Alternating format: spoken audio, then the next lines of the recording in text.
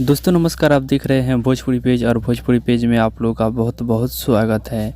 दोस्तों खेसारी लाल यादव जी के कल मोशन पोस्टर को रिलीज किया गया था सारेगामा हम भोजपुरी के यूट्यूब चैनल पे और अभी 22 घंटा हो रहा है इस मोशन पोस्टर को रिलीज़ किया गया और ये मोशन पोस्टर यूट्यूब पे अभी 26 नवंबर पर ट्रेंड कर रहा है, जो कि खेसारी लाल यादव भी अपने फेसबुक अकाउंट पर शेयर भी किए हैं स्क्रीनशॉट लेकर।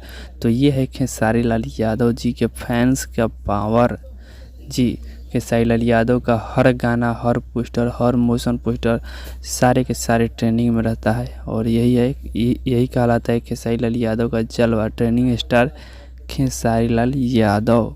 जो कि खेसारी लाल यादव का मोशन पोस्टर भी जो है ट्रेंडिंग में चला गया है। तो आप लोग ऐसे ही खेसारी लाल यादव जी के ऊपर सपोर्ट प्यार बनाए रखिए ताकि खेसारी लाल यादव जी के आने वाला एक से बढ़कर एक गाना रिकॉर्ड बना सके।